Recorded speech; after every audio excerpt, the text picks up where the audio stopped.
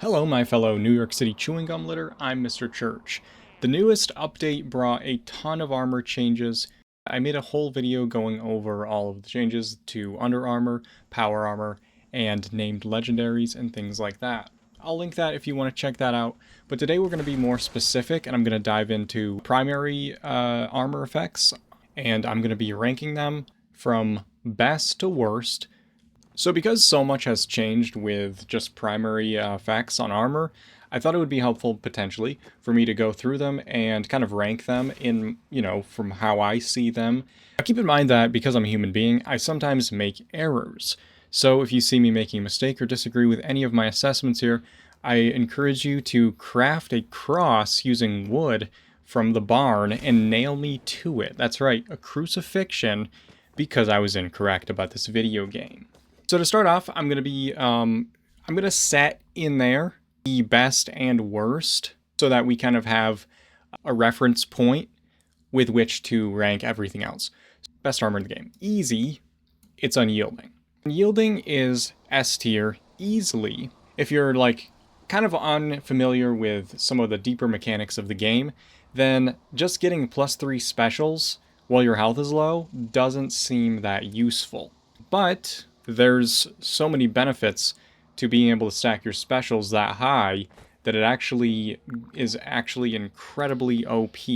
Now, obviously, Unyielding is only for bloody builds, so, ghouls don't really have any access to that, but human beings using Unyielding, brokenly overpowered. Most people in this day and age, in fact, use bloody builds so that they can run Unyielding armor because of how powerful it is. It's the best way to min-max any of your buffs and your stats. People that grind XP, they can get their max intelligence from this armor. It's very strong, very powerful, and so it's easily S tier, and I can't think of anything that's better than Unyielding. So that brings up the question, what's the worst in the game? And two immediately come to mind. We have regenerating, and I have cloaking as well.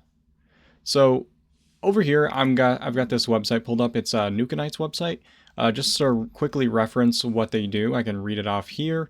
I'm going to link his website in the description if you want to check it out. He's got all kinds of guides, all kinds of checklists and things.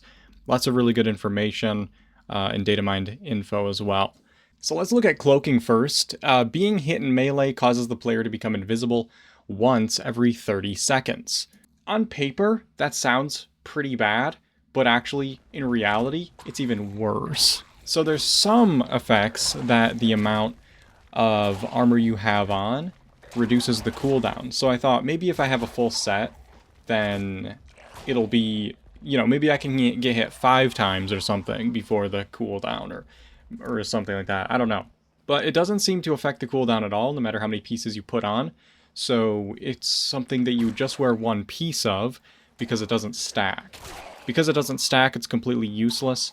Being invisible doesn't make you hidden. And the mobs know you're there because they're actively touching you. So they hit you, you turn invisible for 1 second, and what does that get you? What does that grant you? Nothing. It doesn't achieve anything. I don't understand this armor. I tried to understand it. I tried to make it work in any functional way, and I just don't see the point of it. As you may know, if you have one piece of Chameleon and you crouch, you become cloaked. Being invisible is what the game calls cloaked. You can either crouch and just be constantly invisible, or get hit and be visible for 1 second, and then there's 30 seconds where you have vanilla armor. What's the point of that? I'm so confused. Now, regenerating is equally bad, or just as, or worse. Now, on the armor, it says it gives you 0.5% heal rate, which that doesn't make any sense. What is that? What that sounds like it does is it buffs your healing that you get from all sources by 0.5%. You wouldn't even notice. You wouldn't even notice it.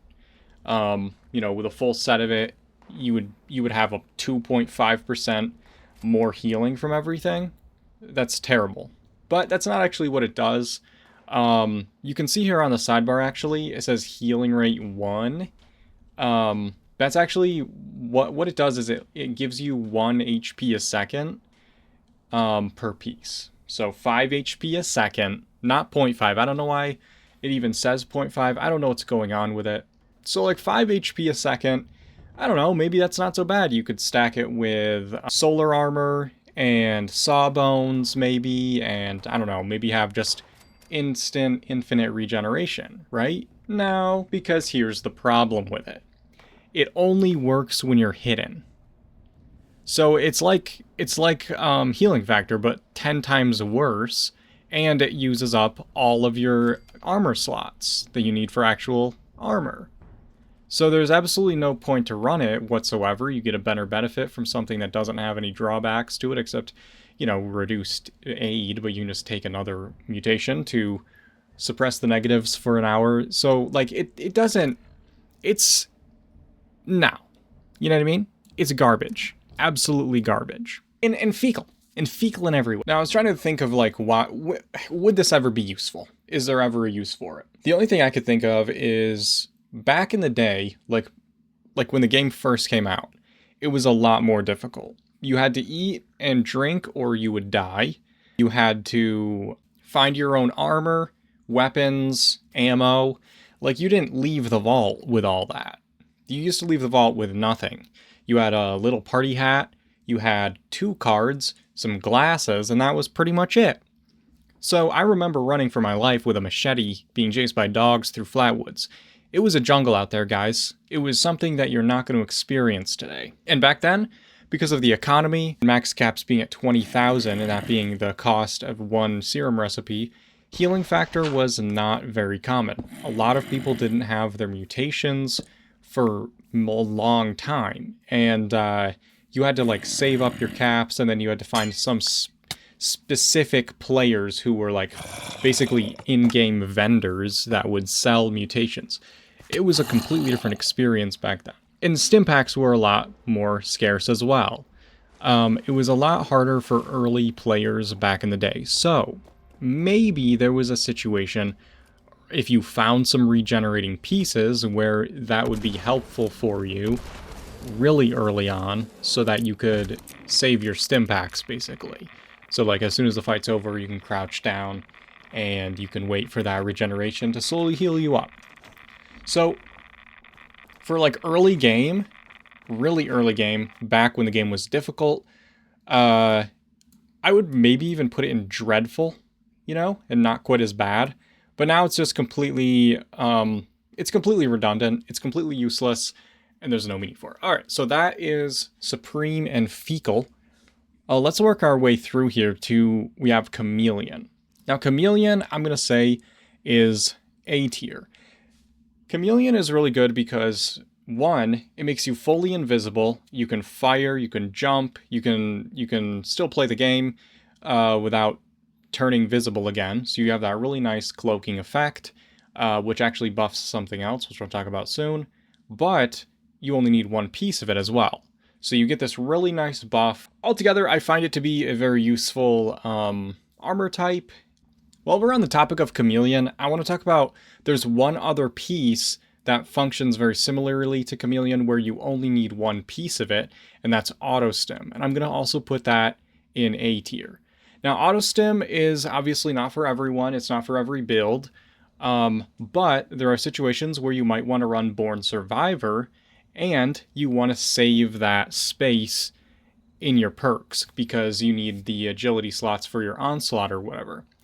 So you could run a piece of auto stim and you could get that healing without having to stop and do stuff. Auto stim's especially nice when you run not in power armor because, as you may know, there is an animation when you stim up that you don't have to worry about in power armor. In power armor, there's no stimming animation, which is one of the reasons why PA is pretty OP. You can just spam stim. But you can't do that in normal armor, and auto stim heals you up without you having to do anything, and there's no animation, just like Born Survivor. So I don't think it stacks with Born Survivor as far as I know. So like you don't get like a second thing to trigger I'm not sure how they play together, but I don't think you get much benefit from running both. So it's usually something you would run instead of Born Survivor if you wanted to save the slots. Now, Nocturnal's very interesting because Nocturnal used to be really bad. It just gave you a little bit of damage and energy resistance at night, which we obviously can't control what time of day it is in a multiplayer game. But they actually changed it a few updates ago, and now it gives you 4 perception and agility while cloaked, and that's per piece, of course. So if you're cloaked, then you're getting 20 perception and agility. That's a ton. Now, here's the thing though about it. Because they require you being cloaked, not hidden, but cloaked, that means you're not really going to be running with 5 pieces typically, because I think you would use a chameleon piece. I think that would be the most efficient way to run it. So I think most people would run a chameleon and then 4 pieces of nocturnal. So you're just getting 16 of each, which if you're paying attention at home, that's 1 more than you get from Unyielding. Unyielding gives you +3 of everything except for endurance. So this gives you +4 of perception and agility. So things that are good for like stealth and VATS. There's also like the awareness perk card, which you get a higher VATS accuracy depending on your perception. So this would boost your VATS accuracy even more, kind of compounding it, kind of like Life Giver does for your endurance to your health. This would be something that I would recommend on a high health stealth build, because if you're already running a chameleon piece for that sneakiness, why not throw on something that's going to give you massive stats in your perception and agility? You don't really need to worry about being tanky if you're sneaking around, because you're not trying to get hit in the first place. So it could be really good on like a ghoul stealth sniper or something like that that doesn't have like an easy access to those massive stats. And remember, agility affects your stealth and it gives you higher AP, so there's more juice to VATS with. I don't hear anyone talking about Nocturnal, even though it's pretty interesting now. And I think that I'm going to put it in B tier. I don't feel quite good enough putting it in A tier yet, but I think there's potential there for it to be really good. So, you know, after messing around with this more, maybe I'll bring it up a little bit. For now, I'm gonna say it's a safe B tier, but maybe high end of B, low A. I think that there's something here worth checking out. Let's move on to Bolstering, because Bolstering is strong right now. And I would say Bolstering is pretty mighty indeed. Now, if you remember, Bolstering used to give you damage and energy resistance while your health was low. So there was never a reason to run that, because if you were in power armor, so you couldn't use Unyielding, you don't need to be stacking up your damage and energy resistance because there's diminishing returns, and power armor you already have a ton of. And if you're not in power armor, then you're going to be using Unyielding because it's better at low health. So low health builds, there was never really a reason to run Bolstering, but now it grants you 10% damage reduction at low health. This is really strong now for specifically bloodied power armor builds. So that's 50% damage reduction with 5 pieces, which is really, really strong. And you already have, if you're in power armor, you could also be running emergency protocols. So I think it's a really strong one. So what they did with a lot of these, almost all of them, is they changed things from giving you some resistances to giving you damage reduction. And there's a difference between damage reduction and damage resistance. The resistance is just the damage number of your armor rating that's just piling up, which has diminishing returns. The more you have, the less effective each amount is. But reduction reduces the incoming damage, so it's really strong. And that's why Overeaters, which used to give you plus 6% per piece, was actually really strong, because it was the only source of armor that gave you actually reduction in incoming damage. They've reworked those things, so that's not what it does anymore. But they've given a lot of other sources of damage reduction now. And this is one of them, and it's the strongest in my opinion. Because if you're playing as Bloodied, you're already there. You don't need to worry about, trying to keep that level. And it's the highest percentage at 50%. Now we're at the assassins. So what I'm going to do is I'm going to pull these up here, and I'm going to put them all in fecal for right now. I'm not saying they're in fecal, but I'm just getting them all in one space because, as you can see, there are quite a few that are specifically mob-specific resistances. So we've got these 7 here. And here's the thing. There's almost never any point in running a mob-specific armor set because you're facing many different mobs all the time. The only time that's really going to be worth it is if you're in the raids. So you would maybe use troubleshooters for the Guardian, maybe assassins for the Epsilon squad, maybe hunters for the snake. So these 3 kind of had a little bit of value because of the raids. But Mutant Slayers, even though Super Mutants can do a decent amount of damage, you're not going to want to run around with Mutant Slayers all the time. Exterminators, Zealots, and Ghoul Slayers, they're just really not that useful in my opinion, and you're not going to really want a full set of that. There was a time when I put a little piece of each of these on my Ghoul because we didn't have Lucid yet, which I obviously will get into that, but there was no good Ghoul armor, so I just put on pieces of each just because it was better than nothing, just to get a few, just to take a little bit less damage from each specific mob I would run into. So I would run a mix, and it wasn't very good, but it was better than, vanilla armor because Ghouls didn't really have anything at the time. But they're crap now. They have no value. They have no use. And not only that, but troubleshooters, hunters, and assassins were nerfed. Actually, they all were nerfed here, but that makes these less valuable as well. The way that they were nerfed is before they were giving an additive reduction. By the way, I didn't even say what these do, but I'll just read one of them. They do minus 15% damage from that specific mob. So 15 times 5 is 75.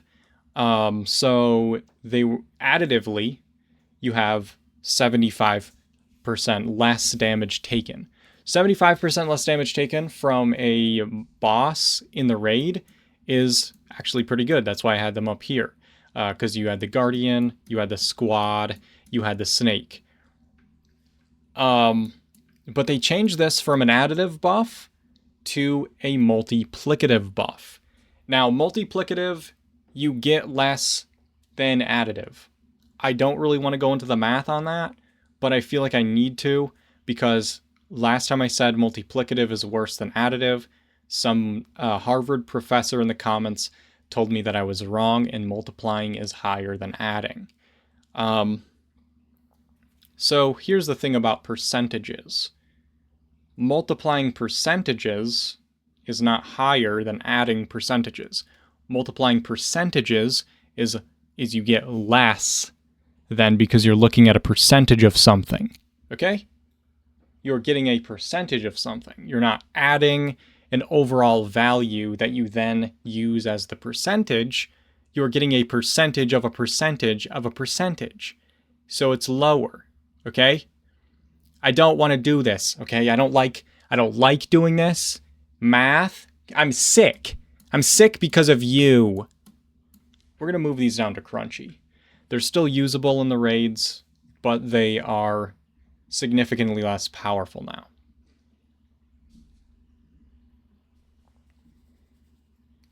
In fact, less powerful to the point where you probably would be better served running something else. Guys, I've been looking at this a little bit, and I'm going to move auto-stim down. Auto-stim's good. It's still good, but I don't feel that it's that good. I don't feel that it's that good, okay? And Chameleon is going to stay up there because it's required for Nocturnal to really be usable. So Nocturnal kind of depends on it. So we're going to keep that like that. Now we're moving on to Vanguard, and Vanguard is really very interesting. But before we talk about Vanguard, I think it'll make more sense if we talk about Overeaters, because then some of the confusion that I have here is going to be understood. So Overeaters used to do what Lucid now does for Ghouls. Overeaters gave you minus 6% damage taken while fully fed and hydrated. And that was really good. It was the only armor that gave anything like that. But now what it does is it increases your max health up to 40 as you fill your hunger and thirst meters, and that's per piece. So when you have a full set of it and you're fully fed and hydrated, you're getting 200 HP. They've also added the healthy 3-star effect, which gives you plus 20 HP just for free. You just get to have it. So if you have a full set of Overeaters with healthy on it, that's 300 HP just from your armor. So I really love this. I think it's a really fun way to play. And also, I want to give a shout out to Queen Olympia, by the way, on PlayStation. They gave me an absolute fuckload of extremely valuable mods that I then put on wood armor when they weren't looking. So I could run around in my underwear, basically, and see if I could still tank stuff. And I could. It was fun, it was funny, and because it relied on my health rather than my resistances, it didn't matter when my armor broke, which is constantly happening every 5 seconds after the update. So it was pretty fun. It was fun running around that way, looking so good, and destroying people's trust in my decision making, and trying out new things. But my point is, it's really fun, and the thing that makes it fun is it synergizes really well with Juggernauts. Now, several updates ago, they changed Juggernauts to damage increases up to 100% as health increases. That used to be 50%. It was garbage. But the way that they calculated it now is instead of it being a percentage of your health, which is what it originally was, it now calculates it at 1000 HP is 100% damage. So you have like a tangible number that you need to hit to get that bonus. And Overeaters is a clear-cut and easy way for human beings to get to that level. And I like that it's limited to human beings because Ghouls are already like twice as tanky. So giving them something that's basically for free. And then when you take into consideration, the second you take damage, your Juggernauts is going to do less damage. And a Ghoul has all that glow protecting their health from going down, then it would be overpowered for a Ghoul to have access to this much HP, because that makes them have, like, anytime you're getting more HP, a Ghoul is getting twice that much because they have glow, which is essentially a second health bar. The more health they have, the more glow they have. So I really like that this is still dependent on eating and drinking to get the buff.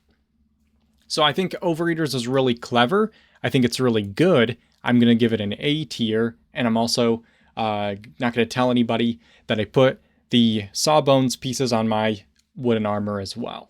So now that we've discussed Overeaters and I've explained why I like it so much, I'm going to talk about Vanguard because Vanguard is interesting. Now on paper, Vanguard, it looks pretty good. It gives you up to 6% damage reduction as your health increases. Now that's obviously not as much as Bolstering, which gives you 10%, but it is a decent amount. You're getting 30% damage resistance as your, or damage reduction as your health increases.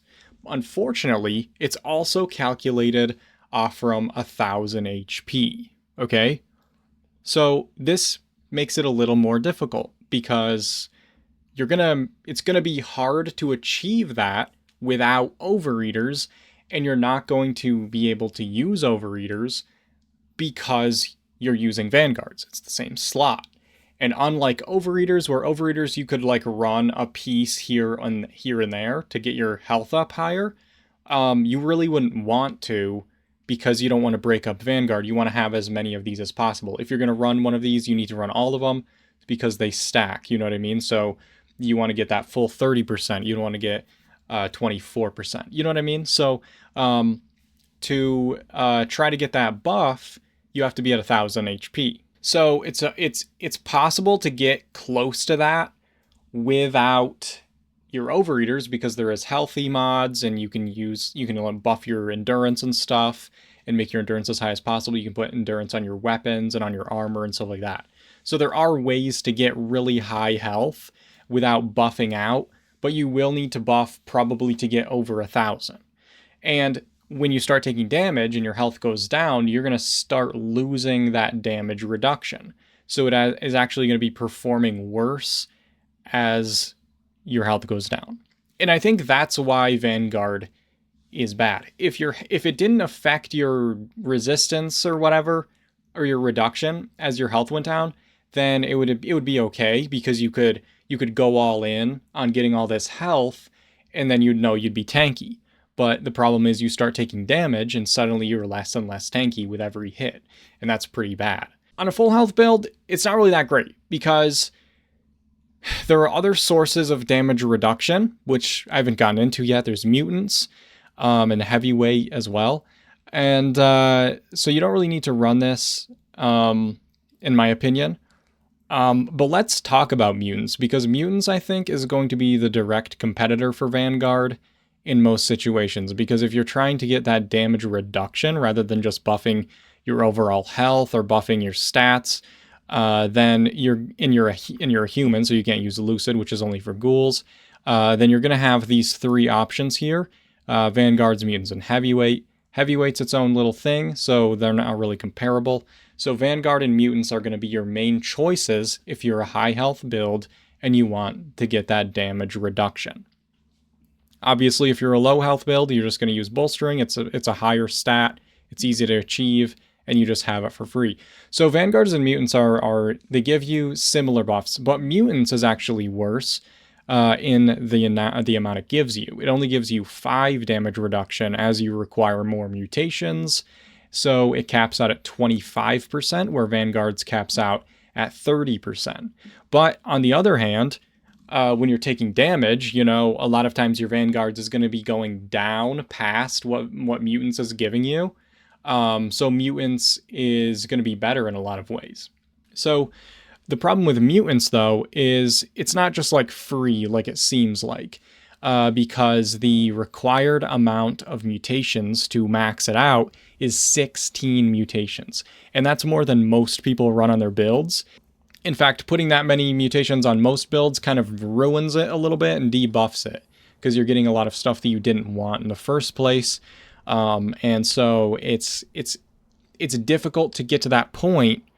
But the good thing about that is when you start taking damage, you don't lose that. I'm going to put mutants in A tier, but after Overeaters, and I'm going to put it down here. Because even though it'll be difficult to achieve this number, this value, it will be better. Probably your best bet, better than Vanguards, which I'm going to put down here. I would put Vanguard higher, except you lose that resistance as you take damage. If you didn't, then I would say they're pretty equal. You would just have different requirements to get that value. But this one, even though it would be difficult to get to that value, you have a higher payout because you're getting a higher percentage. So one thing that's really nice about all of the armors now is you can actually just look at any piece that has this effect on it, and it'll tell you in little parentheses what you're currently at. So you could take a mutant's piece and hold it up next to a Vanguard's piece and see which percentage is higher. If your Vanguard's is significantly higher, then you might consider running Vanguards, but you have to keep in mind that that percentage is going to go down as you're in combat taking damage, whereas mutants, it's not going to go down. So that's going to be the decision you'll have to make, but I would probably say in most cases mutants is going to perform better because of the fact that it gets worse as you're in combat. So this might even be high to put it in B tier, but I do have one edge case where Vanguards is probably okay. First, I'm going to talk about Lucid. Lucid is really good. Lucid increases your damage reduction up to 6% as you fill your feral meter. So this, I would say the majority of ghoul players play with like a full feral meter, meaning they're not feral. I know, make it make sense, guys. Make it make sense. It should be called a sanity meter, by the way, so that when you're fully feral, your sanity is empty, and when your sanity is full, you're not feral. Make sense? But they call it a feral meter, but when it's empty, you aren't feral. You are feral when it's empty. Huh? It's backwards, and all they would have had to do is call it something else, and it would make perfect sense. But it's backwards. But anyway, when you fill your feral meter, you're not feral. So most people don't play as feral ghouls, so it's one of the easiest ways to get one of the higher damage reductions. So I'm going to put it in A tier. I'm going to put it right at the top of A tier. I'm not going to say anything is as good as Unyielding, but I'm going to put it in A tier. I think it's really good because it's simple to achieve that. So most ghoul players, your best bet is to run Lucid, in my opinion, because you're already going to be at that point, because you're going to be keeping your sanity meter full, so you don't have to worry about losing that protection. But you may be wondering, well, what if you're a feral ghoul, you know, and you're playing as a feral ghoul? Then here's where that edge case comes in handy. So remember how I said the one issue with Vanguards is that as you take damage, you lose all of that, you lose that damage reduction. So you start taking more and more damage as your health gets lower. So it's not very good to run. Well, ghouls have a second health bar called Glow that protects them from that happening. So you would have basically an entire health bar of damage that you could take before you start getting weaker. And you already can't run Overeaters, so you don't need to worry about that being a slot. And so as long as you could get to that point, get your health high enough, you could run Vanguards on a feral ghoul build, and it would work pretty well for you because you would have an extremely high amount of health in the first place to get to that, and that health would be really tanky. You would still be able to run around. I think that a lot of melee builds, you're going to want to be doing a lot of running. A lot of mutations actually have debuffs for certain builds that you don't want to use. So this will be a stronger effect than mutants. If you're a feral ghoul, then Vanguards might be one of your better choices. That's why I have it in B instead of in C. And even in that case, I might say it's even better than Auto Stim here. Auto Stim's kind of it's hard to compare these to the other ones because they're just so different in what they do. But I would say that it has a very specific niche scenario where it's good. And this one that we're up to next is Heavyweight, and this one's really interesting. Heavyweight was previously called Weightless, and it was completely trash. It was lighter weight, and it didn't count as armor for the Chameleon mutation, but the Chameleon mutation is terrible. So I'm really glad they changed this to something good. Now, this one on paper looks a little wacky. Grants up to 10% damage reduction at high encumbrance. So you max it out when you're at 150% encumbrance. So half again as much weight as you're normally able to carry will give you that 10%. So here's some things that I think is really interesting about Heavyweight. I think Heavyweight is good. Some people are going to say that Heavyweight is bad because of a couple of things, obviously. You can't fast travel when you're over encumbered, right? Well, not anymore because they gave us the Traveling Agent card, which allows you to travel at advanced cost when you're over encumbered. So you're still going to be able to get around with it. And keep in mind, guys, that going to free locations is still free with Traveling Agent. The second thing that people might worry about is you can't run when you're over encumbered, and that is also true. However, recently they increased the speed cap to 150%. It was 120%. So now, if you put on squad maneuvers or gun runner or both, you can kind of zip around. So with those both on, you'll find that you can actually move a lot faster than you'd think. And you can honestly move at a walking pace as fast as running used to be. So for me, I would say this is usable. And on top of everything, you're tanky as hell. Because the only thing that gives you this high of damage reduction is Bolstering, which I would say is pretty much relegated to bloodied power armor builds. So heavyweights, I think, is really good. There's other things you can do when you don't have to worry about your carry weight. Like you could run the armor-plated backpack or the insulated backpack for that extra damage reduction. You'll be as tanky as hell. And you'll also want to make sure that you have a really good AP refresh. You probably wouldn't want to use a VATS build because of the AP drain when you're moving, because you could end up in a sticky situation. However, you could make it work. I'm going to say that heavyweight is surprisingly good, and it's good because of those 2 changes. If they hadn't given us those 2 changes, it wouldn't really be usable. You really wouldn't be able to do anything with that. But I'm going to put it really high, higher than most people will want me to. And I'm going to put it here. And here's my reasoning for that, guys. I think playing with higher carry weight to have 50% reduction is going to be just as, if not less, invasive to my build than running mutants. Because mutants, you have to have 16 to get half of what heavyweight's giving you. 16 mutations, most of them which are ruining my build, to get half of the protection of heavyweight, then I'll just run heavyweight and zip around with gun runner and stuff. Also, keep in mind, if you're a crouching, sneaky person, you're not doing that much running in the first place. So you really don't need to worry about that at all. So I think heavyweight is a strong contender. It's a surprisingly powerful thing, and it's very unique playstyle, very unique setup to make it work, but I think you could make it work and it could be good. And that might be a controversial opinion, but that is my opinion after messing around with it for a little while. Now we're on to life-saving, and life-saving is poop.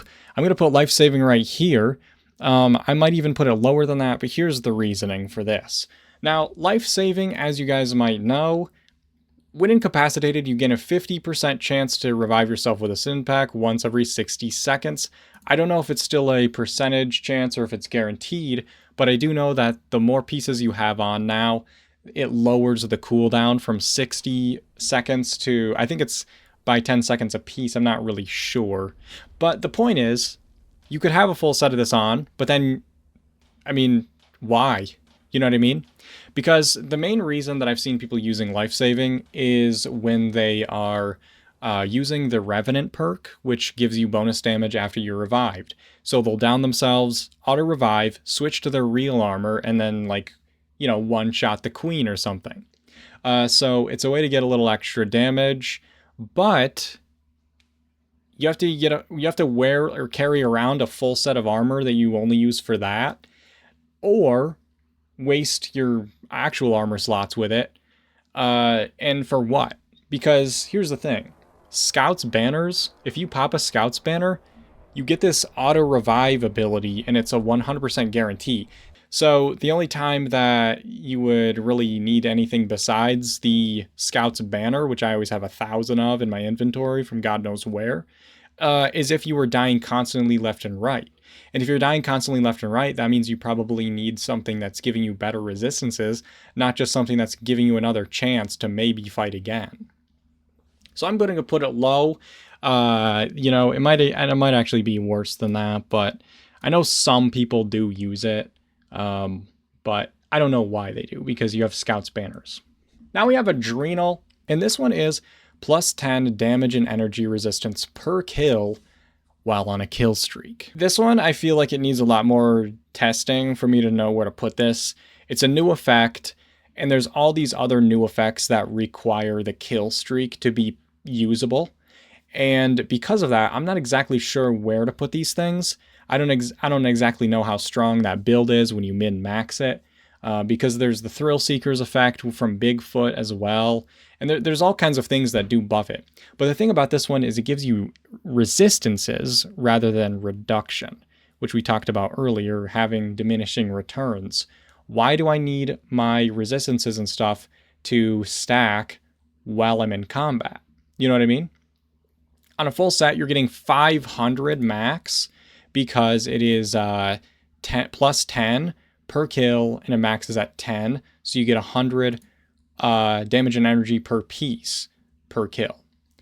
or per maxed out thing, you know what I mean? So when you're fully maxed out, you're getting 500 damage and energy resistance. If you're running this on power armor, that's negligible as hell because you already have thousands of damage and energy resistance. You don't need that. I'm going to put it in B tier, but I feel like I'm being too generous with this, to be honest. I feel like it's not that useful, but I don't know enough to put it lower right now. So I'm going to put it here. I'm going to say that you could make a build on it and it maybe could be useful, but it would have to be a very specific situation for it to be useful. Now, last but not least, we have Aristocrats. Now, Aristocrats is reflect incoming damage based on caps held, and it maxes at 10%. So with a full set, that's 50% damage, not reduction. Pay attention, folks. Reflection, okay? This is the only armor effect that gives a reflection. The other reflection of ability is for power armor. And yes, you can put this on power armor and stack that as well. Okay, so here's the drawback for Aristocrats. So max caps is 40,000. And if you drop to 35,000, that number starts to go down. It goes down to 9%. So you lose 5% on your full set. So here's the problem with that. You only have 499 caps that you can spend, which is that's a perfect amount for like if you're just fast traveling around and stuff. You're not gonna go below that, but it means you can't really do any shopping at other player vendors. Like sometimes I find like good box mods for a good price, and I'll buy those. It also means that when you're running a lot of events, you're gonna have a lot of caps that are getting burned because you're at max caps. You're just not, like, it's just a lot of waste that caps aren't getting collected. If caps aren't really an issue to you and this isn't a problem, then, you know, that doesn't really matter. If you're burning caps, it doesn't matter. Some people have enough caps or enough characters where this is not a problem. So I probably wouldn't run this if I only had one character, because I would want a way to get caps so that I could actually buy things when I needed them. But I run a lot of characters, so I would have no problem running this on one of mine. It would just be when I'm on that character, I would know I'm not going to be getting any caps today from this, you know? I can't put this low down on the thing because it's too good. I think this is A tier. And some people will say that it's bad because of the amount, like the cost in caps to run it. And that's kind of broke bitch energy, in my opinion. I'm going to cut that all out. Now, some people think that the cost of running this is too high because you're losing out on all those caps. You have to stay at max caps or whatever like that. But it doesn't compare to the other stuff because it provides a unique utility that nothing else does. So you can't say it's worse. You can't say mutants or heavyweight or overeaters or Lucid are better than this because this is giving you something that those don't, which is a reflection of damage, not just a reduction. So it's an offensive armor. If you want to do as much damage as possible, you want to do damage to them, then this is the armor to wear. I'm going to put this on one of my ghouls, in fact. I think that if you say this is bad, then you're confused about what reflection means versus reduction. Reduction, this, and this all give reduction in differing amounts and for different, with different drawbacks. This, you have to be low health and you have to be in power armor because you're just going to run Unyielding if not. This, you have to be a non-feral ghoul. This, you have to be over encumbered by 150%. This, you have to have a bunch of mutations you don't want, and it gives you a tiny, tiny amount. This gives you 50% damage reflection, okay? It doesn't give you any reduction like that because that's not the point of it.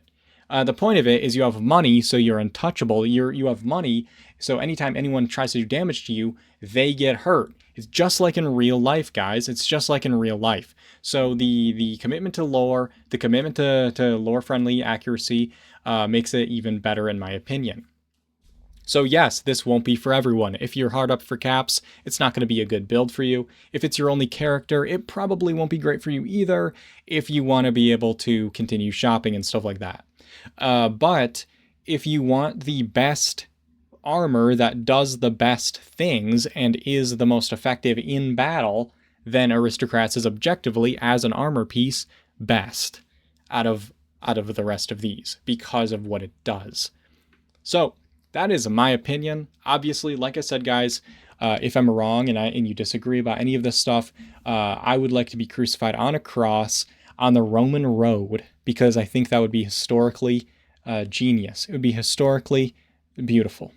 But anyway, whether or not I'm wrong on some of these points, I hope this gave you like an overall general gist of where things might land in terms of their value. And by the way, this doesn't represent like the actual trade value of these things. This is just my opinion of how good these things are. So don't base your pricing on this if that's what you're trying to do. That would not be a good idea. But this is my opinion on stuff, and I enjoy yapping, so it was a good time for mostly just me, I think. So if you watched this far, thank you so much. Consider subscribing if you're not. Also, I want to give a huge shout out and thank you to my patrons and channel members for your support. If it wasn't for your support, I wouldn't be able to be making these videos, and I really do appreciate it. If you're interested in supporting the channel in that way, the link for that will be in the description. Also, there's a Discord. You should join the Discord. It's a great community. I also stream on Twitch. You should follow me on Twitch, where I do a lot of yapping and nerd stuff there as well. And I'll see you guys in the next video.